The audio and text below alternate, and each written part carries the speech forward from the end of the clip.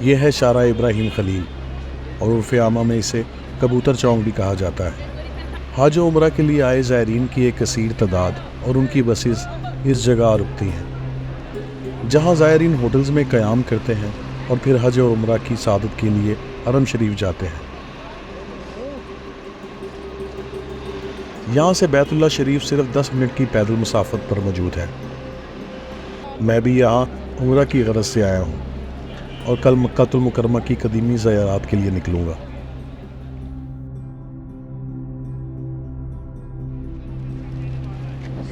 شارع ابراہیم خلیل road پر صبح کے وقت بہت گہما گہمی ہوتی ہے۔ یہاں پر کوئی بس طائف کے لیے جا رہی ہے تو کوئی مدینہ کے لیے، کہیں لوگ زیارات کے لیے جا رہے ہیں تو کہیں حجاج اکرام جدہ ایئرپورٹ سے یہاں پہنچ رہے ہیں۔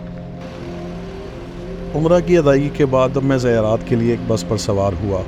یہاں موجود بسز فی پرسن 25 ریال میں آپ کو صبح 7 بجے مکہ المکرمہ کے گرد و نواح میں واقع نمایاں ترین زیارات پر لیے جاتی ہیں۔ عام طور پر یہ بسز آپ کے ہوٹلز کی طرف سے بک کی جاتی ہیں، لیکن پری بکنگ نہ بھی ہو تو بھی 25 ریال ادا کرنے پر آپ یہاں سے زیارات کے لیے جا سکتے ہیں۔ اس بس پر سوار زائرین کے ہمراہ ایک گائیڈ تمام تر زیارات کے متعلق معلومات فراہم کرتا ہے۔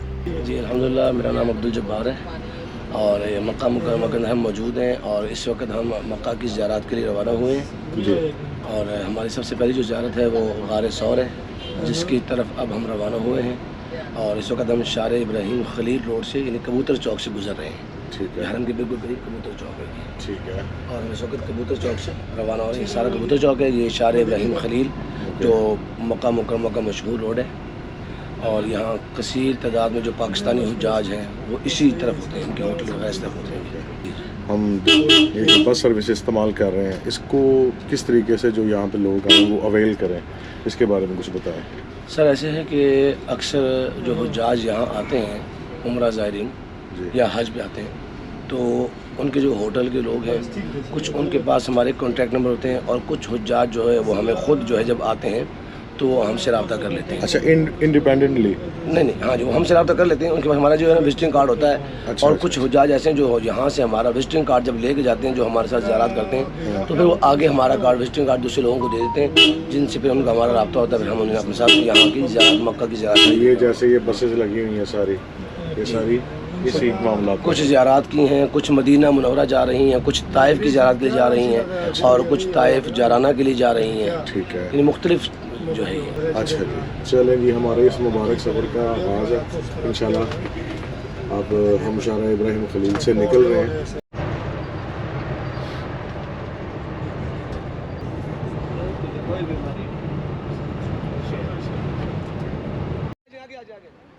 ہم سب سے پہلے غار ثور کے مقام پر رکے، جہاں گائیڈ اس پہاڑ کے سامنے کھڑے تمام مسافروں کو اس غار کے متعلق بیان کرتا ہے۔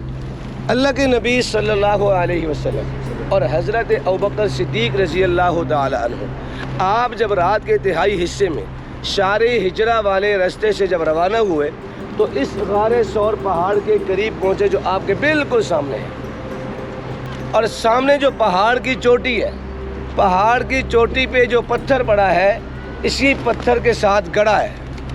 پہاڑ کی چوٹی پہ جو پتھر پڑا ہے اسی پتھر کے ساتھ گڑا ہے جہاں غار ہے۔ اللہ کے نبی صلی اللہ علیہ وسلم اور حضرت ابوبکر صدیق رضی اللہ تعالی عنہ آپ جب رات کے تہائی حصے میں شارع ہجرہ والے راستے سے روانہ ہوئے اور جب اس پہاڑ کے قریب پہنچے تو آپ کے پاؤں زخمی ہو چکے تھے۔ حضرت ابوبکر صدیق رضی اللہ تعالی عنہ یہ منظر دیکھ کر برداشت نہ کر سکے، فرمانے لگے، اے اللہ کے نبی صلی اللہ علیہ وسلم، اب آپ میرے کندھوں پر بیٹھ جائیں، میں آپ کو اس پہاڑ کی چوٹی پر لے جاتا ہوں۔ چنانچہ حضرت ابوبکر صدیق رضی اللہ تعالی عنہ اللہ کے نبی صلی اللہ علیہ وسلم کو اپنے کندھوں پر بٹھا کر اس پہاڑ کی چوٹی پر لے گئے۔ اس پہاڑ کی بلندی تقریباً 5500 فٹ ہے۔ اس کے اوپر چڑھنے کے لیے نوجوان بندے کو 3-3.5 گھنٹے بڑی آسانی سے لگ جاتے ہیں۔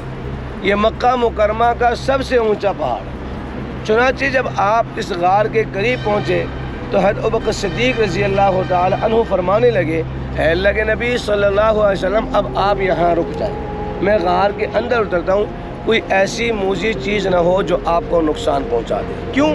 غار خاصی پرانی تھی، آپ غار کے باہر کھڑے ہیں اور حضرت ابوبکر صدیق رضی اللہ تعالی عنہ جب غار کے اندر اترے تو غار میں کافی سوراخ تھے، انہوں نے اپنی پگڑی اتاری، اس کے کچھ ٹکڑے کیے، ان سوراخوں کو بند کر دیا، ایک سوراخ بچ گیا جہاں اللہ کے نبی حضرت ابوبکر صدیق رضی اللہ تعالیٰ عنہ اپنی ایڑی مبارک رکھتے ہیں اور آپ صلی اللہ علیہ وسلم کو غار کے اندر بلا کر آپ کا سر مبارک اپنی جھولی میں رکھ کر آپ کو سلا رہے، تو حضرت ابوبکر صدیق رضی اللہ تعالیٰ عنہ کی ایڑی پر کسی موذی چیز نے ڈس دیا، اس کا زہر اس قدر تھا کہ پورے جسم میں پھیل گیا، اور جب تکلیف برداشت نہ ہوئی آنکھوں سے آنسو جاری ہوئے جو آپ کے چہرے انور پر گرے، آپ اٹھ گئے، فرمایا اے ابوبکر صدیق کیوں رو رہے ہو؟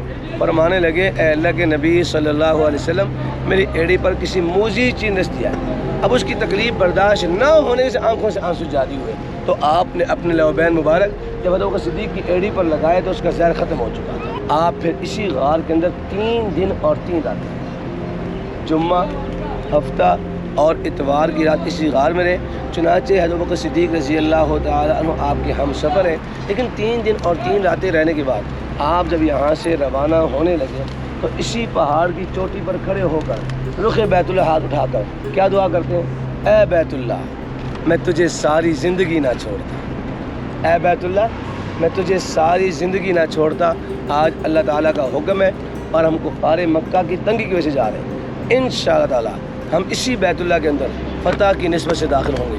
آج اس مکہ مکرمہ شہر کے اندر اب کافروں کا آنا منع ہے اور یہ امت مسلمہ جمع ہے، بھائی کس کی دعا ہے؟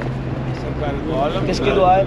اللہ کے نبی صلی اللہ علیہ وسلم کی دعائیں ہیں، اللہ تعالیٰ ان مقامات پر بار بار آنا نصیب فرمائے۔ آپ لوگوں کے سیدھے ہاتھ پہ غار ثور یہاں سے نکل چکے ہیں، اب آگے جا رہے ہیں۔ غار ثور کے اس پہاڑ کے متعلق میں نے ایک تفصیلی ولاگ پہلے سے بنا رکھا ہے، اگر آپ وہ دیکھنا چاہتے ہیں تو سفر حرم کی ایپیسوڈ نمبر 2 ملاحظہ کر سکتے ہیں، لنک ڈسکرپشن میں موجود ہے۔ کچھ دیر اس جگہ قیام کے بعد اب ہم آگے بڑھتے ہیں اور میدان عرفات کا سفر کرتے ہیں۔ ابراہیم خلیل روڈ سے میدان عرفات 15 سے 20 کلومیٹر کی مسافت پر موجود ہے۔ اس دوران بس پر موجود گائیڈ حج و عمرہ کے فضائل اور دین کے متعلق ہسٹوریکل معلومات فراہم کرتا ہے۔ اس وقت ہم میدان عرفات کی حدود میں داخل ہو چکے ہیں، اس وقت ہم مسجد نمرہ کی طرف جا رہے ہیں۔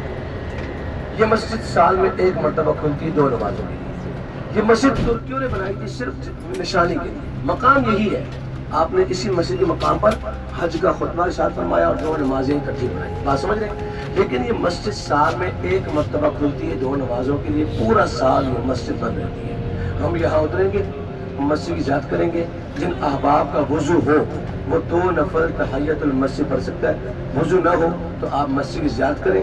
یاد رکھیے گا یہ وہ مسجد نمرہ ہے جہاں امام صاحب 9 ذی الحجہ کو حج کا خطبہ ارشاد فرماتے ہیں اور 2 نمازیں اکٹھی پڑھاتے ہیں، بات سمجھ رہے ہیں؟ یاد رکھیے گا آپ صلی اللہ علیہ وسلم نے اسی مقام پر 9 ذی الحجہ کو حج کا خطبہ ارشاد فرمایا اور 2 نمازیں اکٹھی پڑھائی تھی، ظہر اور عصر۔ یہاں پر صرف جو نماز ہے جی وہ حج کے دوران صرف حج کے دوران 2 نمازیں پڑھی جاتی ہیں، ظہر اور عصر، پورا سال جی اکٹھی، اور ویسے مسجد بند رہتی ہے پورا سال۔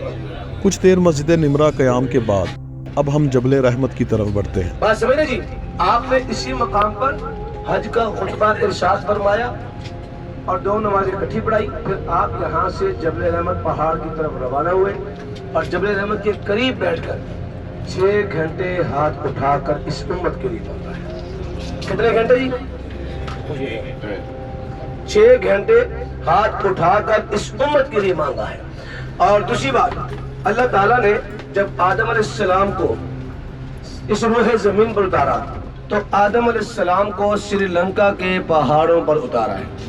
اما ہوا کو جدہ شہر میں 40 سال تک کیا دعا کرتے رہے؟ ربنا ظلمنا انفسنا وان لم تغفر لنا وترحمنا لنكونن من الخاسرین۔ 40 سال کے بعد ان کی دعا کو قبول کیا، اسی جبل رحمت پہاڑ پہ ان کو جمع کیا اور یہیں سے اولاد آدم بننا شروع ہوئی ہے. اور بعض روایات میں آتا ہے کہ حشر کا میدان بھی یہی لگے گا، یعنی ابتدا بھی یہی ہے اور انتہا بھی یہی ہے. آپ کے سیدھے الٹے ہاتھ پہ یہ سارے کا سارا مٹانے الفاظ ہے. یہاں سب سے بڑی دعا تو یہ ہے کہ اے اللہ ہم سب کو حج کی سعادت نصیب فرما، حج مقبول نصیب فرما.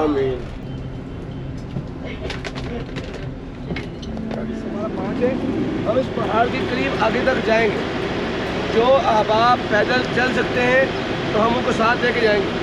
جو نہ چل سکے بزرگ ہیں وہ یہاں بیٹھ کے دعا مانگیں. سارا الفاظ ہی ہے.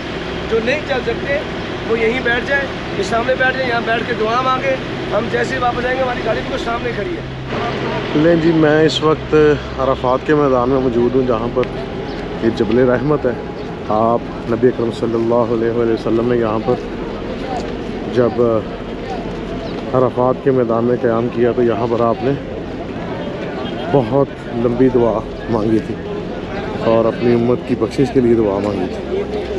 تو اس جگہ پہ موجود ہے، وہ سامنے اگر آپ وہ دیکھ سکتے ہیں اوپر جبل رحمت ہے. یہ سارا یہاں کی جو سعودی غریب عورتیں ہیں وہ یہاں پر اس طرح کے بکالے لگا لیتی ہیں، اس طرح کی دکانیں لگا لیتی ہیں اور اس طرح جو شاپنگ بیگ ہے یہاں اس میں سے جائے نماز، تسبیحات اور جتنی بھی چیزیں ہیں وہ یہاں پر کپڑا ڈال کے بچھا کے یہاں پہ جو آنے والے زائرین ہیں ان کی خدمت میں یہ بازار لگ جاتا ہے اور باپردہ عورتیں یہاں پر دکانداری کر رہی ہیں.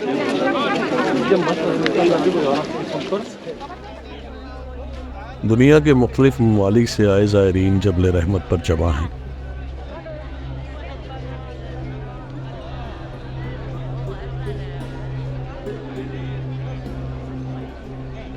کچھ تعمیراتی وجوہات کی وجہ سے یہ دیوار ایک حد ہے.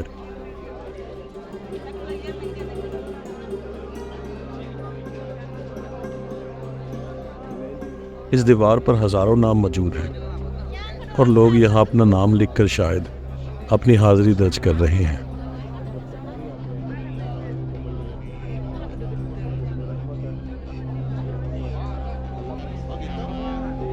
یہاں سب ایک ہیں، کسی مسلک، رنگ یا نسل سے فرق نہیں پڑتا. ہم سب ایک نبی کی امت اور مسلمان ہیں.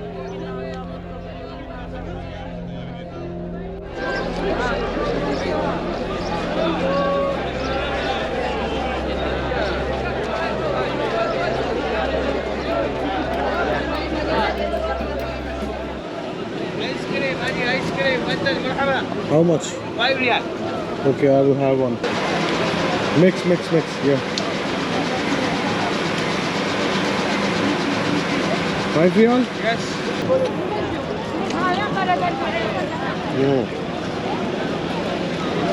کافی مزیدار ہے.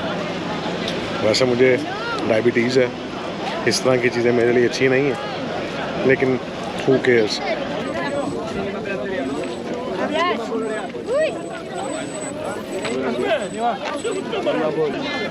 خمسة وعشرين نعم.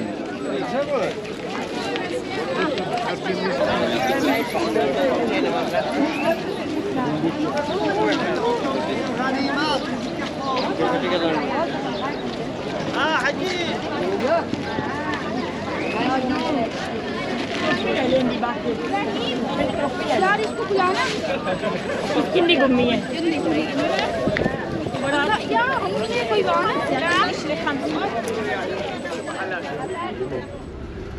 1979 کے اندر بیت اللہ میں جب جنگ خانی ہوئی تھی، کچھ شیاطین نے بیت اللہ پر قبضہ کرنے کی کوشش کی تھی تو پاکستان کی فوج کو یہاں طلب کیا گیا.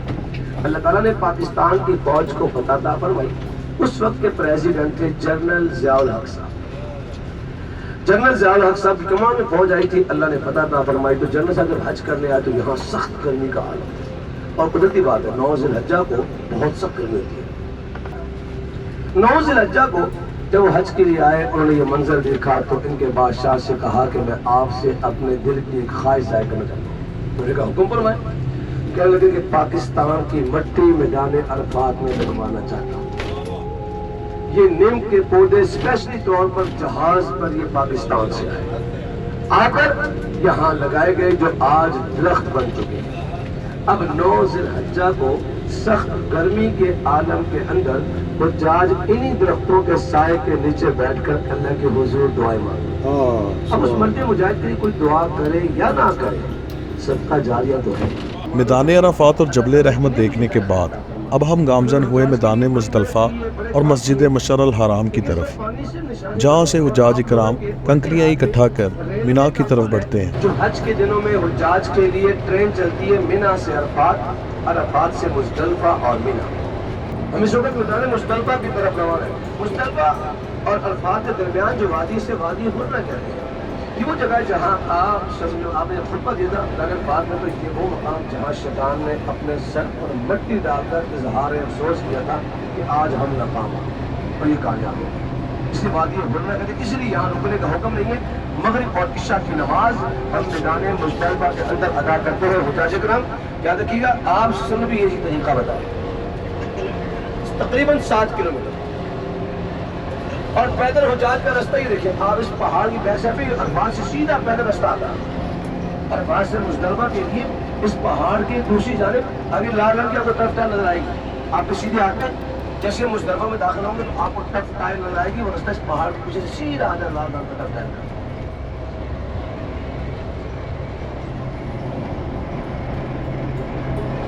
آپ کے سیدھے ہاتھ میں میدان مزدلفہ کی حدود کے سائن بورڈ آ رہے ہیں، جہاں سے مزدلفہ کی حد شروع ہوتی ہے۔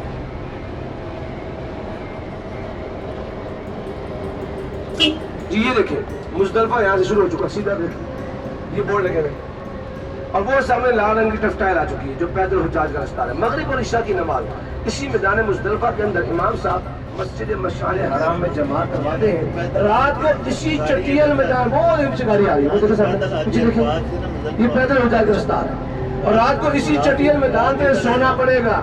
امیر بھی یہاں، غریب بھی یہاں، بادشاہ بھی یہاں، ولی بھی یہاں، اور رات کو اسی میدان پہ سونے کے بعد فجر کی نماز یہی ادا کرتے ہیں۔ حجاج یہیں سے کنکریاں چن کر روانہ ہوتے ہیں۔ مسجد مشعر حرام کا ذکر قرآن کے اندر موجود ہے، عند المشعر الحرام واذکروہ کما ہداکم وان کنتم من قبلہ لمن الضالین۔ مسجد مشعر حرام سال میں 1 مرتبہ کھلتی ہے 3 نمازوں کے لیے، پورا سال یہ مسجد بند رہتی ہے۔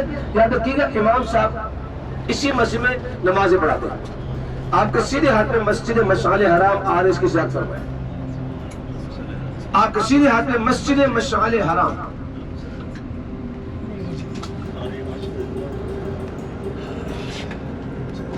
جی اللہ تعالیٰ ہم سب کو حج کی سعادت نصیب فرمائے، حج مقبول نصیب فرمائے۔ اور آپ لوگ نا اپنے الٹے اور سیدھے ہاتھ میں دیکھیں، زمین پہ کنکریاں پڑی ہیں، زمین پہ دیکھیں، سیدھے ہاتھ پہ دیکھیں، الٹے ہاتھ دیکھیں، یہ کنکریاں پڑی ہیں۔ حجاج یہیں سے پھر کنکریاں چن کر روانہ ہوتے ہیں مینا۔ عرفات سے مزدلفہ یہ تقریباً 7 کلومیٹر ہے۔ مزدلفہ اور مینا کا آپس میں چند قدم کا فاصلہ ہے، ایسا توجہ کیجیے گا۔ کس چیز کا فاصلہ ہے وہ؟ وادی محشر کا۔ وادی محشر کیا ہے؟ یمن کا ایک بادشاہ گزرا ہے ابرہا، جو بیت اللہ گرانے آیا تھا ہاتھیوں کا لشکر لے کر۔ آپ کے دادا حضرت عبد المطلب اس وقت بیت اللہ کے متولی تھے۔ چنانچہ جاری کرام ابرہا وادی محشر کے مقام پر پہنچا تو پیغام بھیجا کہ جا کر عبد المطلب کو بتاؤ کہ بیت اللہ گرانے آئے، کیونکہ اس کو بتا تھا کہ یمن کے اندر مکہ میں بیت اللہ موجود ہے، پوری دنیا کے لوگ یہاں آتے، کیوں نہ ہمیں سے کروا دے، یمن میں کروا دے۔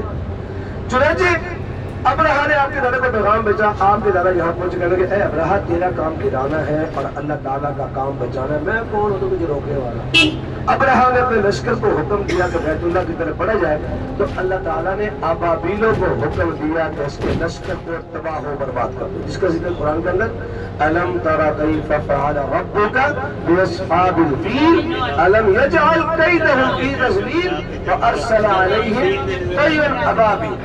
چنانچہ آپ صلی اللہ علیہ وسلم کا فرمان ہے کہ جب بھی وادی محشر کے مقام سے گزرو تو استغفار پڑھتے ہوئے جلدی سے نکلنے کا ہو، کیوں کہ وہاں اللہ تعالیٰ کا عذاب آیا تھا، یعنی اللہ تعالیٰ نے ابابیلوں کے ہاتھوں سے ہاتھیوں کو مروایا۔ یاد رکھیے گا اس وقت ہم میدان مزدلفہ کے ریلوے اسٹیشن پر بالکل قریب ہیں، اسٹیشن ختم ہوتے ہی آپ کو مزدلفہ کی حدود کے سائن بورڈ نظر آئیں گے اور اس کے بعد وادی میسر اور پھر مینا کے بورڈ. اور یہ خالی جگہ اب وادی میسر ہے. استغفر اللہ ربی من کل ذنب واتوب الیہ. اور مینا کے بورڈ آپ کے سیدھے الٹے ہاتھ دونوں جانب. یہ دیکھیں یہاں سے مینا, یہ سامنے دیکھیں الٹے ہاتھ اور سیدھا, یہاں سے مینا سٹارٹ ہے. یہ دیکھیں یہ ہے اب حجاج کے خیمے جہاں 8 ذی الحجہ کی 5 نمازیں اور 10, 11, 12 کی نمازیں حجاج انہی خیموں کے اندر ادا کرتے ہیں. امام صاحب مسجد الخیف میں جماعت کرواتے ہیں جن کی آواز اس خیموں میں نہیں آتی. بات سمجھ رہے ہیں؟ اور حجاج کرام اس وقت مینا کے اندر آپ کو ایک وہ مقام بھی دکھا دوں کہ جہاں ابراہیم علیہ السلام اسماعیل علیہ السلام کو جب قربانی کے لیے لائے تھے تو اللہ تعالیٰ نے جنت سے دمبا بھیج دیا. گاڑی میں کھول کے دکھاؤں گا آپ لوگوں کے الٹے ہاتھ, آپ لوگوں کے الٹے ہاتھ پہ اس کونے پہ پہاڑ کے اوپر سفید رنگ کا چھوٹا سا گنبد آ رہا ہے. جی اپنے الٹے ہاتھ کی جانب اس کونے پہ دیکھیے, پہاڑ پہ اس کونے پہ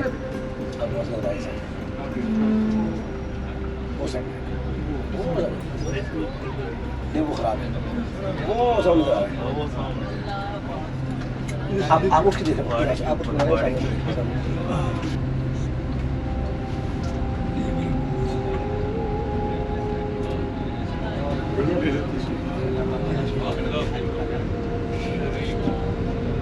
اسی مقام اسماعیل کہتے ہیں. یہ وہ جگہ جہاں چھری کو پتھر پر مارا تو پتھر 2 ٹکڑے ہو گیا, پتھر 2 ٹکڑے ہوا. لیکن جب اللہ کا حکم نہیں تھا تو اسماعیل علیہ السلام قربان نہیں ہوئے. پھر اللہ نے جنت سے دمبا بھیجا. انہیں معجزات کہتے ہیں, یعنی انبیاء نے اللہ تعالیٰ نے ان کو آزمایا اور انہوں نے کامیاب ہو کر دکھایا. چنانچہ جالگرام اس وقت ہم مسجد الخیف کی طرف روانہ ہیں جو مینا کی مسجد. یہ سارے میں آپ کو حج کے مناظر دکھا رہا ہوں. جالگرام مسجد الخیف, مسجد کے بازو میں 70 انبیاء مدفون ہیں. کون کون سے واللہ اعلم, کوئی پتہ نہیں. اور 70,000 صحابہ نے اسی مقام پر نماز پڑھی. مسجد الخیف گاڑی پر کدھر جا رہی ہے, آپ لوگوں کے الٹے ہاتھ پہ مسجد الخیف آ رہی ہے اور اس کے بازو میں جمع رہا. اس میدان کے دونوں ہی طرف ہزاروں کی تعداد میں خیمے دیکھے جا سکتے ہیں جہاں حج کے دوران حجاج کرام قیام کرتے ہیں.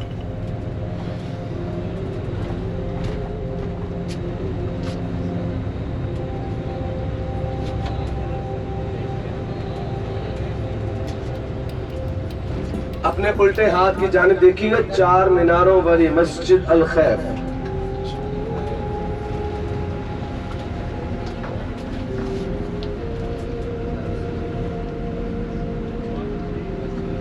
آپ لوگوں کے الٹے ہاتھ میں مسجد الخیف آ چکی, 4 میناروں والی مسجد.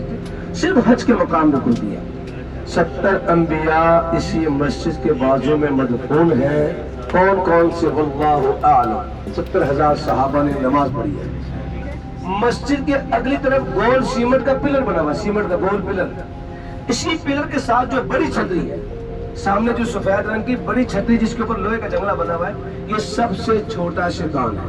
اس کے نیچے, اس چھتری کے نیچے, اور اسی کے آگے درمیان والا, اور اس سے آگے بڑا. یہ تینوں ایک لائن میں ہیں, بالکل سامنے جمرات ہے.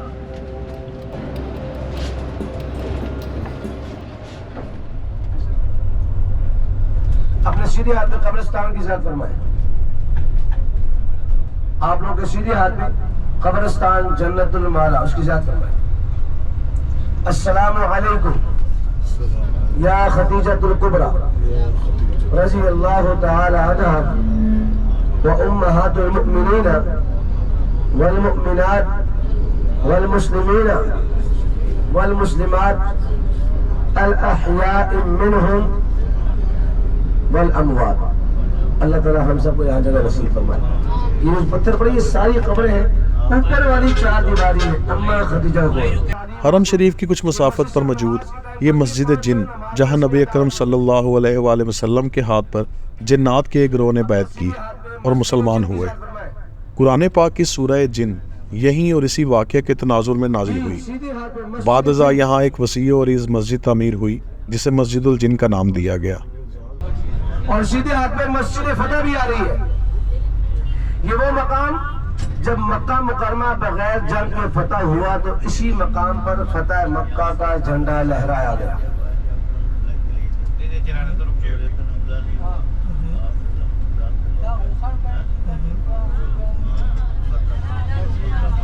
آپ کے سیدھے ہاتھ میں مسجد فتح ہے.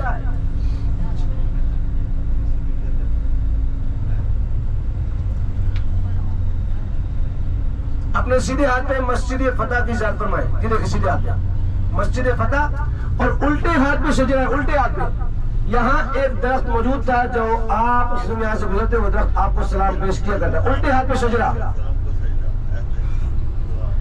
اور اونچا دیکھ رہا ہوں یہ سیدھے ہاتھ میں سامنے حرم ہے. اپنے سیدھے ہاتھ میں دیکھیے سامنے یہ مروہ حرم ہے. آپ اگر ان مقامات کی چاروں کی دوبارہ زیارت کرنا چاہیں آپ حرم یعنی مروہ سے نکلیں گے تو 4-5 منٹ کی مسافت پر آپ ان مقامات کی پیدل آ کر دوبارہ زیارت کر سکتے ہیں. یہ مروہ کی طرف سے یہ گاڑی یوٹرن لے گی آپ کو سامنے یہ حرم نظر آ رہی دیکھیں سامنے اسی طرح ہے حرم کے اندر جی یہ پل کے نیچے دیکھیں سامنے حرم ہے مروہ. اپنے سیدھے ہاتھ دیکھیں پل کے نیچے یہ سامنے حرم ہے. جی سامنے دیکھیں بتا دیکھیں ہم زیارتیں آپ لوگوں کی کمپلیٹ ہو چکی ہیں. آپ کو آپ کے رہائش گاہ کی طرف لے جایا جا رہا ہے جہاں سے آپ ظہر کی نماز کے لیے بآسانی روانہ ہو سکتے ہیں.